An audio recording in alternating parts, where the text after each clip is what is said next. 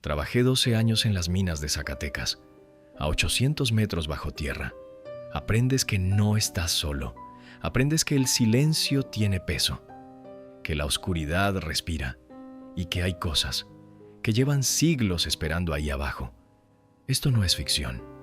Esto me lo contaron hombres que bajaron y que nunca volvieron a ser los mismos. 7 historias de terror, de mineros mexicanos, experiencias reales. Me llamo Rodrigo. Trabajé 31 años en las minas de plata de Sombrerete. Empecé a los 16, como todos en mi familia. Mi padre murió en la mina. Mi abuelo también. Uno pensaría que con eso yo nunca hubiera bajado. Pero en Zacatecas no hay de otra. La mina es todo lo que hay. En 2003 me asignaron al nivel 14, 700 metros bajo la superficie. El nivel 14 llevaba 2 años sin actividad. Los ingenieros decían que había una veta nueva, que valía la pena reabrir los túneles. Pero los mineros viejos, los que llevaban más tiempo que yo, no querían bajar. Y cuando le pregunté a don Aurelio por qué, solo me dijo, porque ahí abajo hay un tiro muerto. Y lo que está muerto no se toca. Un tiro muerto es un pozo vertical que ya no se usa, un agujero que baja a niveles más profundos. Niveles que se abandonaron hace décadas, a veces hace siglos. Los sellan con tablas y tierra, pero todos saben que ahí están, como cicatrices en la piedra. Nuestro trabajo era instalar nuevos rieles en el túnel poniente del nivel 14. Éramos 5. Bajamos un lunes a las 6 de la mañana. El primer día no pasó nada. El segundo día tampoco. Pero el tercer día, cuando estábamos perforando roca para anclar los rieles, encontramos el tiro. Las tablas que lo cubrían estaban podridas. Se rompieron cuando Chencho pasó caminando por encima. Casi se cae. Lo agarré del brazo justo a tiempo. Cuando alumbramos hacia abajo con las lámparas, no se veía el fondo. Tiré una piedra. Conté los segundos. 1, 2, 3, 4, 5... Nunca escuché que tocara fondo. Chencho dijo que debía tener más de 100 metros de profundidad. Pero lo que no celó la sangre no fue la profundidad. Fue el olor, un olor dulce, podrido, como carne descompuesta pero mezclado con algo más. Algo mineral, algo antiguo. Y después del olor vino el sonido. Desde el fondo del tiro subió un golpe. Luego otro, como si alguien estuviera tocando las paredes, subiendo. Toc, toc, toc. Cada golpe más cerca que el anterior. Chencho me miró. Los 5 nos quedamos inmóviles. Y entonces los golpes se detuvieron y desde abajo subió un suspiro. Largo, profundo, como si algo hubiera estado conteniendo el aliento durante años. Corrimos, los 5, sin decir una palabra. Dejamos las herramientas, dejamos todo. Corrimos por el túnel hasta el elevador. Nadie habló en todo el ascenso. Cuando salimos a la superficie, el sol nos quemó los ojos. El capataz nos preguntó qué había pasado. Le dijimos que encontramos el tiro muerto y que había gases tóxicos. Nunca le dijimos la verdad. Sellaron el tiro con concreto al día siguiente. Han pasado 20 años y a veces, en las noches, todavía escucho esos golpes. Toc, toc, toc, y me pregunto si el concreto fue suficiente o si lo que estaba ahí abajo ya encontró otra salida. Capítulo 2. El turno de las 3. Yo operaba la máquina de carga en una mina de cobre en Parral, Chihuahua. Turno nocturno. De 11 de la noche a 7 de la mañana, el turno que nadie quiere, pero paga doble, y yo tenía 2 hijos que alimentar. Cualquiera que haya trabajado turno nocturno en una mina te va a decir lo mismo. A las 3 de la mañana, las cosas cambian. La mina tiene 3 niveles. Yo trabajaba en el nivel 2. A las 3 de la mañana es cuando el turno se siente más pesado. El cuerpo quiere dormir. La mente empieza a jugar trucos. Eso es lo que te dicen los ingenieros cuando reportas algo raro. Es el cansancio, es la falta de oxígeno, es tu mente. Pero lo que yo vi esa noche no fue mi mente. Eran las 3:15. Iba manejando la cargadora por el túnel principal hacia la zona de acopio, y ahí, al fondo del túnel, había alguien parado. No se movía, solo estaba ahí, de pie, en medio del camino. Pensé que era uno de los barrenadores. A veces se quedan descansando en los túneles. Le toqué el claxon. No se movió. Le grité por la radio. Nada. Prendí las luces altas. Cuando las luces altas lo iluminaron, supe que no era un barrenador. La ropa era vieja. No era ropa de trabajo moderna. Era como de otro siglo. Pantalón de manta, chaleco de cuero, y no traía casco. Traía una gorra de tela, como las que usaban los mineros hace 100 años. Pero lo peor fueron los ojos. Estaban abiertos, pero eran blancos, completamente blancos, como si no tuviera pupilas. Me miraba, sin verme, o tal vez viéndome de una forma que yo no podía entender. Cerré los ojos 3 segundos.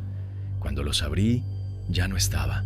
El túnel estaba vacío, pero en el piso, donde él había estado parado, había polvo gris, acomodado en forma de pisadas, como si alguien hubiera estado parado ahí durante mucho, mucho tiempo. Apagué la máquina. Me temblaban las manos. Le llamé por radio al supervisor. Le dije que la cargadora se había descompuesto, que necesitaba que alguien bajara. No iba a quedarme solo en ese túnel. Días después le conté a don Refugio, un viejo barrenador, que llevaba 40 años en esa mina. No se sorprendió. Me dijo, «Lo viste a él. Todos lo ven, tarde o temprano». Me contó que en 1907 hubo un derrumbe en el nivel 2. Murieron 11 hombres. Nunca sacaron los cuerpos. La empresa simplemente selló el área y siguió excavando por otro lado. Uno de esos 11 hombres era el capataz. Usaba chaleco de cuero y gorra de tela. Dicen que todavía hace sus rondas, que todavía vigila su turno y que siempre aparece a las 3 de la mañana. Después de esa noche, nunca volví a trabajar el turno de las 3. Hay turnos que no son para los vivos. Capítulo 3. Los golpes en el muro. Soy ingeniero de minas. Estudié en la Universidad de Guanajuato. Me enseñaron geología, mecánica de rocas, ventilación subterránea. Me prepararon para todo, excepto para lo que escuché en Real de 14. Real de 14 fue una de las minas de plata más ricas de la Nueva España. Dicen que de ahí salió tanta plata que se podía hacer un camino de monedas hasta la Ciudad de México. Pero también dicen que en esos túneles murieron miles. Indígenas, esclavos, hombres que nunca vieron la luz del sol otra vez.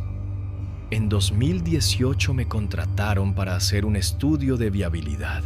Querían saber si se podía reabrir una sección colonial de la mina. Túneles del siglo XVIII. Nadie había entrado en más de 100 años. Mi equipo éramos 3. Yo, otro ingeniero llamado Daniela, y un topógrafo, Martín. Entramos por un acceso lateral que habían desbloqueado la semana anterior. Los primeros 200 metros eran normales. Roca estable, buena ventilación. Pero después de una curva, encontramos un muro. No era un derrumbe, era un muro construido a propósito, piedra sobre piedra, con mortero colonial. Alguien, hace siglos, decidió que ese túnel debía ser sellado. Daniela revisó los registros históricos que teníamos. No había ninguna mención de ese muro en los planos. Era como si alguien lo hubiera construido y luego hubiera borrado toda evidencia de por qué. Martín tomó mediciones. Según sus cálculos, detrás del muro había al menos 30 metros más de túnel. Antes de encontrar roca sólida, había espacio. Algo estaba encerrado. Daniela fue la primera que lo escuchó. Se acercó al muro, pegó el oído a la piedra y se quedó inmóvil. La vi palidecer. Nos hizo señas para que nos acercáramos. Martín y yo pegamos el oído al muro. Al principio, nada. Solo el silencio pesado de la mina. Pero después de unos segundos, lo escuchamos. Golpes. Desde el otro lado del muro. No eran golpes de roca cayendo. No era agua. Eran golpes rítmicos, como nudillos contra piedra. Toc, toc, toc, toc, toc, toc. Un patrón se repetía. como si alguien estuviera llamando, como si alguien estuviera pidiendo que lo dejaran salir. Daniela sacó su medidor de gases. Todo normal. Oxígeno al 21%, sin metano, sin monóxido. Lo que fuera que hacía ese sonido, no era una bolsa de gas. Martín empezó a grabar con su teléfono. Grabó 2 minutos. Cuando reprodujo el audio, los golpes se escuchaban. Eran reales. No era sugestión, no era eco. Algo estaba golpeando el muro desde el otro lado. Propuse abrir una perforación exploratoria, un agujero pequeño para meter una cámara. Daniela dijo que no. Dijo que si alguien selló eso hace 300 años, fue por algo, y que ella no iba a ser quien lo abriera. Recogimos todo. Los golpes no se detuvieron en ningún momento mientras empacábamos. De hecho, se hicieron más fuertes, más insistentes, como si lo que estaba del otro lado supiera que nos íbamos, como si no quisiera que nos fuéramos. En mi reporte escribí que la sección no era viable para reapertura. Inestabilidad estructural, riesgo de derrumbe. Mentí. La roca era perfectamente estable, pero no iba a recomendar que abrieran ese muro. Lo que sea que sellaron ahí dentro, lo sellaron por una razón, y algunas puertas deben quedarse cerradas. El audio que grabó Martín lo borró. Me dijo que cada vez que lo reproducía en su casa, su perro empezaba a aullar, y que una noche, después de escucharlo, encontró marcas de golpes en la pared de su recámara, desde adentro. Capítulo 4. El niño del nivel 5. Antes de que les cuente esto, quiero que sepan algo. Yo no creo en fantasmas. No creo en aparecidos. Soy un hombre práctico. Católico, sí, pero no supersticioso. Lo que vi en la mina de fluorita de Villa Aldama no lo puedo explicar. Y llevo 15 años intentando. El nivel 5 era el más profundo de la mina. 500 metros. Hacía calor ahí abajo, 40 grados. La roca te quemaba si la tocabas con la mano. Trabajábamos en turnos de 6 horas porque más no se aguantaba. Ese día bajé solo. Mi compañero se había reportado enfermo y el capataz me dijo que necesitaban las muestras de perforación para la mañana. Bajar solo a una mina va contra todas las reglas de seguridad. Pero las reglas en las minas mexicanas son flexibles.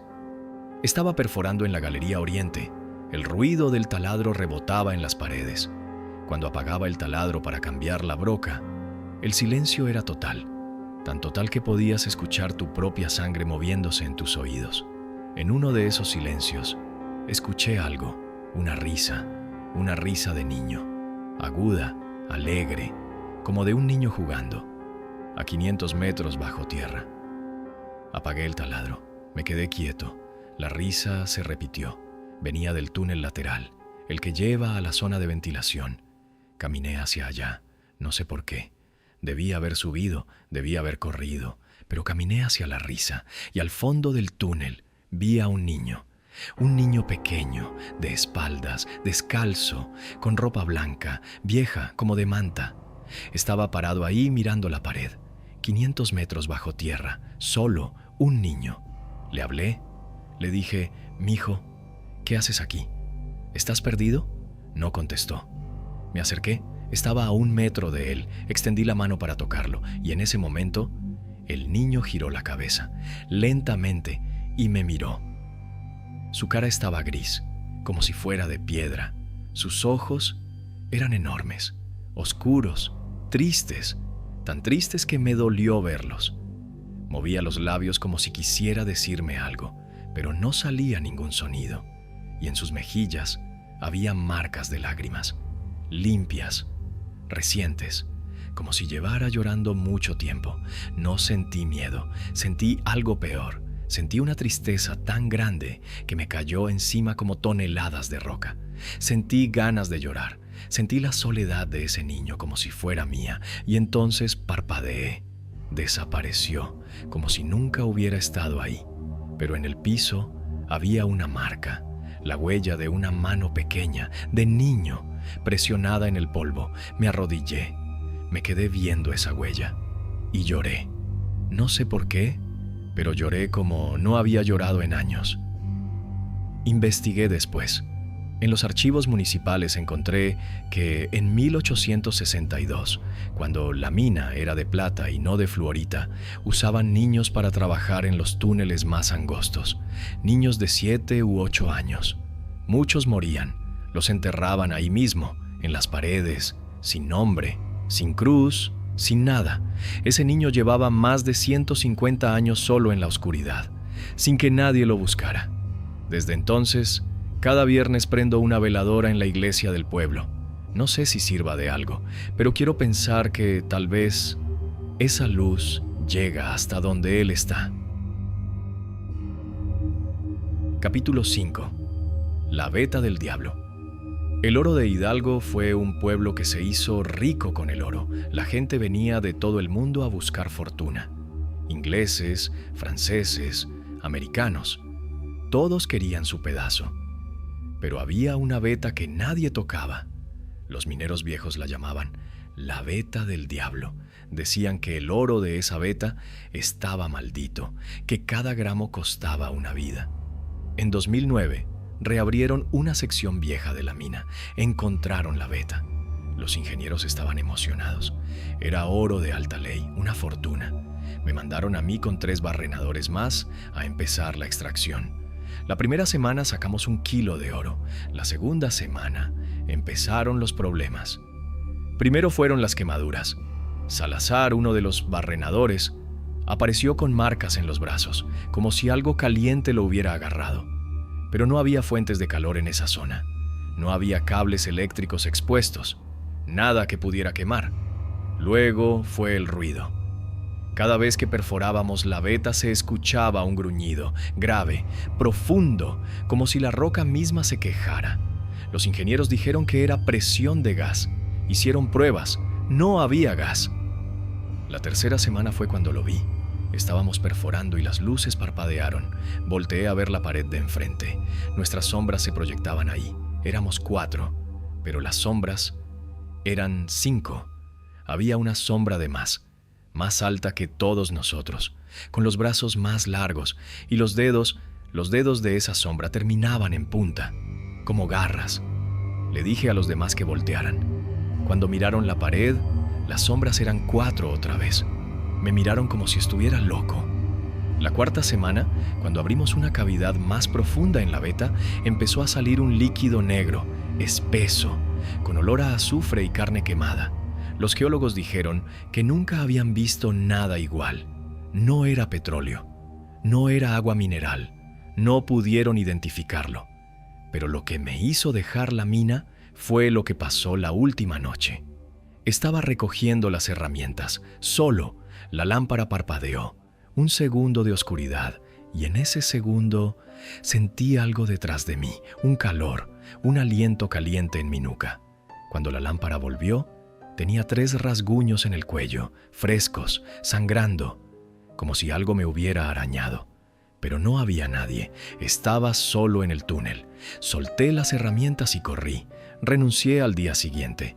Cerraron la sección 2 meses después. Otros 3 mineros tuvieron experiencias similares, quemaduras, rasguños, sombras. Uno de ellos, Salazar, tuvo un ataque de nervios dentro del túnel. Lo encontraron gritando, arañándose la cara, diciendo que algo estaba debajo de su piel. Extrajeron 4 kilos de oro de esa veta antes de sellarla. 4 kilos y 4 hombres destruidos. 1 kilo por alma. El precio del diablo. Capítulo 6. Los que no salieron. Soy rescatista minero. Llevo 30 años sacando hombres de minas derrumbadas en Coahuila. He sacado hombres vivos. He sacado hombres muertos y he entrado a minas donde no encontré a nadie. En la región carbonífera de Coahuila, los Pocitos matan mineros cada año. Son minas improvisadas, pozos verticales de 20, 30 metros de profundidad, sin ventilación, sin seguridad. Un ataúd de carbón. En 2012 me llamaron a un rescate que nunca voy a olvidar.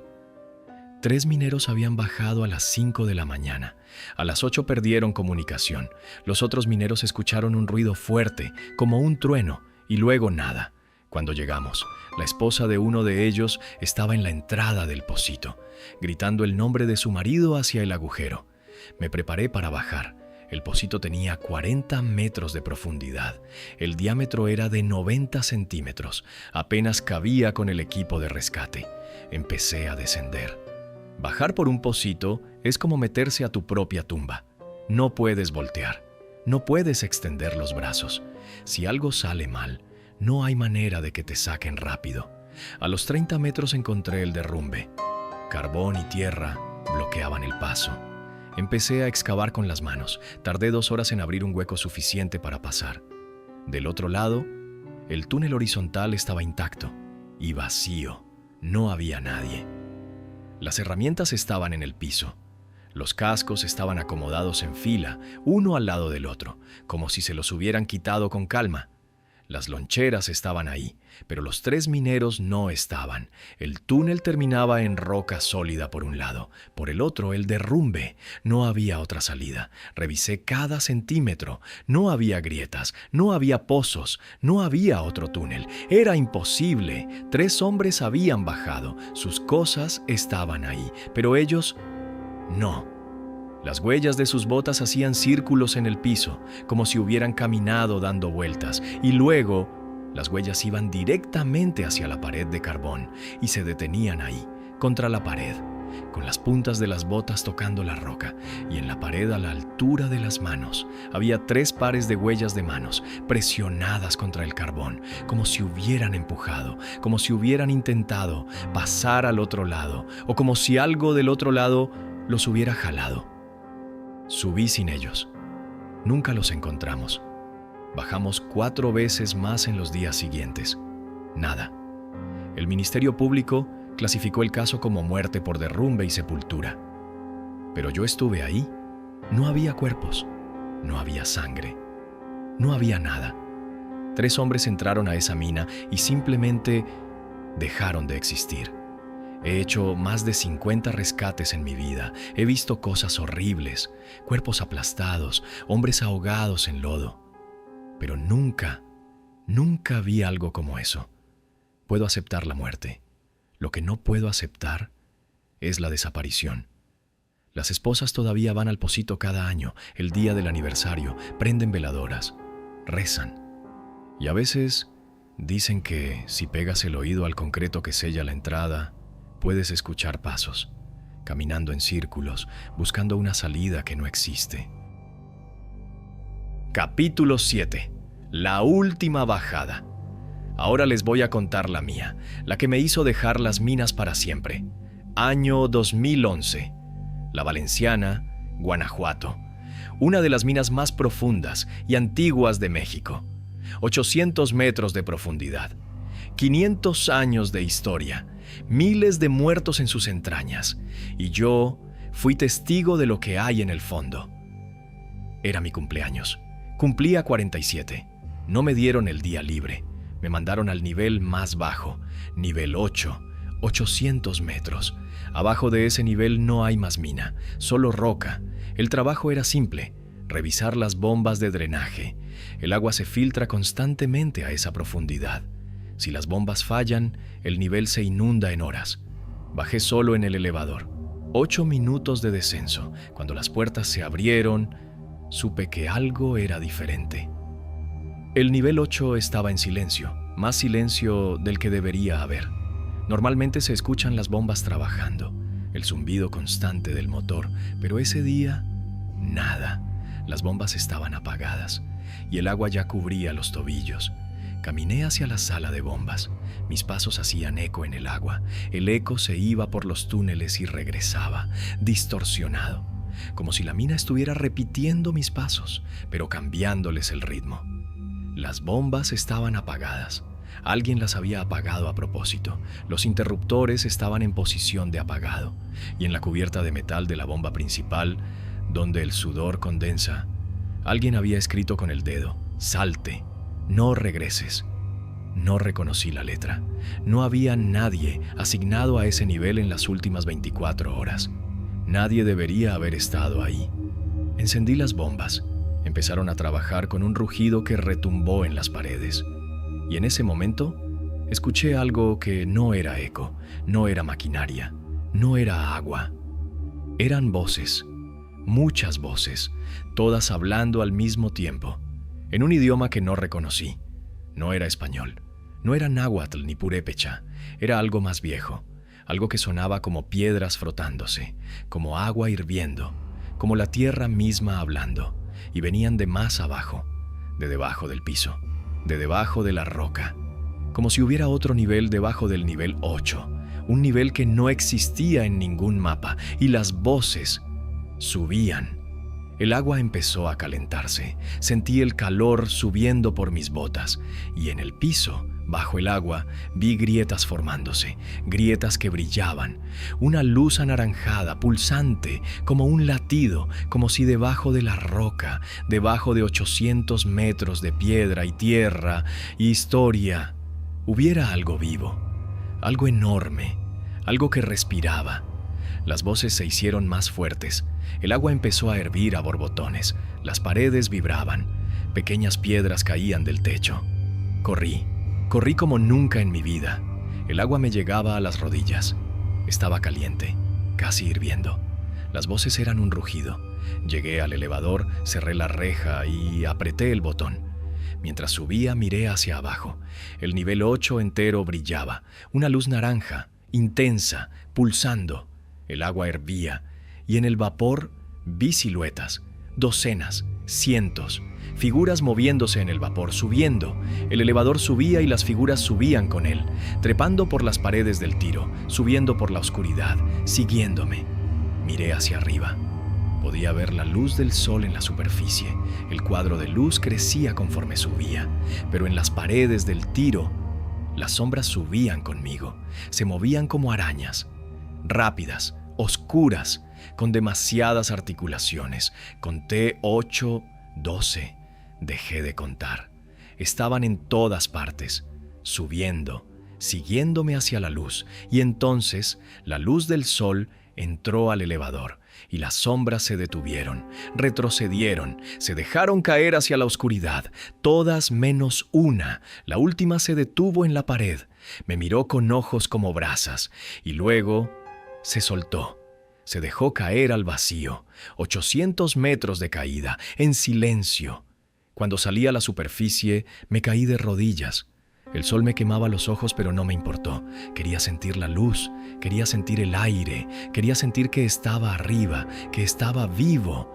El capataz corrió hacia mí. Me preguntó qué había pasado. No le dije nada. Me quité los guantes. Los dejé en el piso y caminé hacia mi camioneta. Nunca regresé a esa mina. Nunca regresé a ninguna mina. Han pasado 12 años. Vivo en Aguascalientes ahora. Trabajo en una ferretería. Vendo tornillos y clavos, cosas de la superficie, cosas que ven la luz del sol. Pero a veces, en las noches, siento el piso vibrar. Siento el calor subir por mis pies y escucho las voces, ese idioma antiguo, hablando desde abajo, porque lo que está debajo de la tierra no se queda debajo de la tierra, nos conoce, sabe que estamos aquí arriba y es paciente, ha esperado millones de años, puede esperar un poco más.